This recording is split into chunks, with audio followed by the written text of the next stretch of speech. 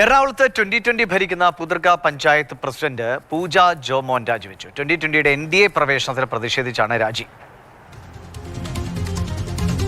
നമ്മൾ ജയിപ്പിച്ച ഒരു പ്രസ്ഥാനമുള്ളോ എന്നുള്ള നിലയിൽ നിന്നെങ്കിലും നമുക്ക് ഉൾക്കൊള്ളാൻ സാധിക്കുന്നില്ല ഒരുപാട് കാര്യങ്ങൾ. അതുമാത്രമല്ല, എന്നെ സാബു ജേക്കബ് വിളിച്ചിട്ട് രാജിയൊക്കെയാണോ, ഇങ്ങനെ രാജിവെച്ച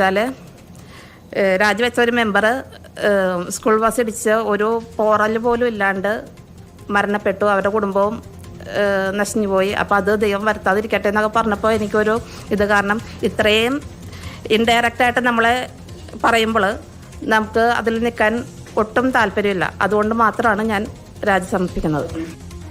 ശ്യാം പ്രസാദ് തുമ്മനുണ്ട്. ശ്യാം, വളരെ ഗുരുതരമായ ഒരു ആരോപണം കൂടിയാണല്ലോ പങ്കുവെച്ചത്. പക്ഷേ എന്തായാലും ഈ ഒരു NDA പ്രവേശനം നടന്നിട്ട് ദിവസങ്ങളായി, എന്തുകൊണ്ട് ഇത്രയും വൈകി?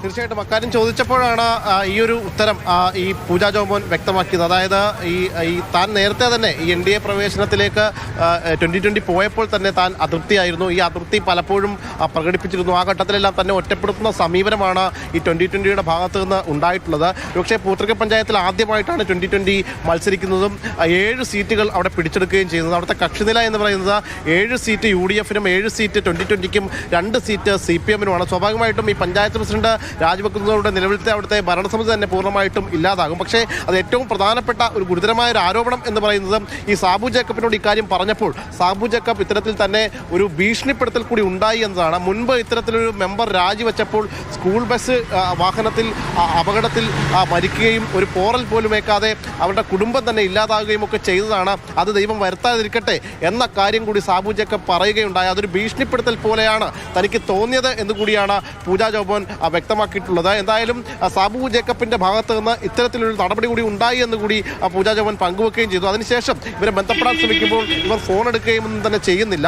ഇവർ വളരെ പേടിയോടുകൂടിയാണ് ഈ പ്രസ് ക്ലബിലെത്തി പത്രസമ്മേളനം നടത്തി മടങ്ങുകയും ചെയ്തിരിക്കുന്നത്. എന്തായാലും വലിയ പ്രതീക്ഷയോടുകൂടി തന്നെയാണ് 2020 ഈ നിയമസഭാ തെരഞ്ഞെടുപ്പിനെ നേരിടുന്നത്. ആ ഘട്ടത്തിലാണ് ഇപ്പോൾ 2020യുടെ പൂതൃക്ക പഞ്ചായത്തിലെ പ്രസിഡന്റ് രാജിവെക്കുകയും എന്നാൽ പൂതൃക്കയിൽ ആദ്യമായിട്ട് മത്സരിക്കുകയും 7 സീറ്റ് നേടുകയും ഒക്കെ ചെയ്ത ഇടത്താണ് ഇത്തരത്തിലൊരു ദുരനുഭവം പഞ്ചായത്ത് പ്രസിഡന്റിന് ഉണ്ടാകുകയും ചെയ്തിരിക്കുന്നത്.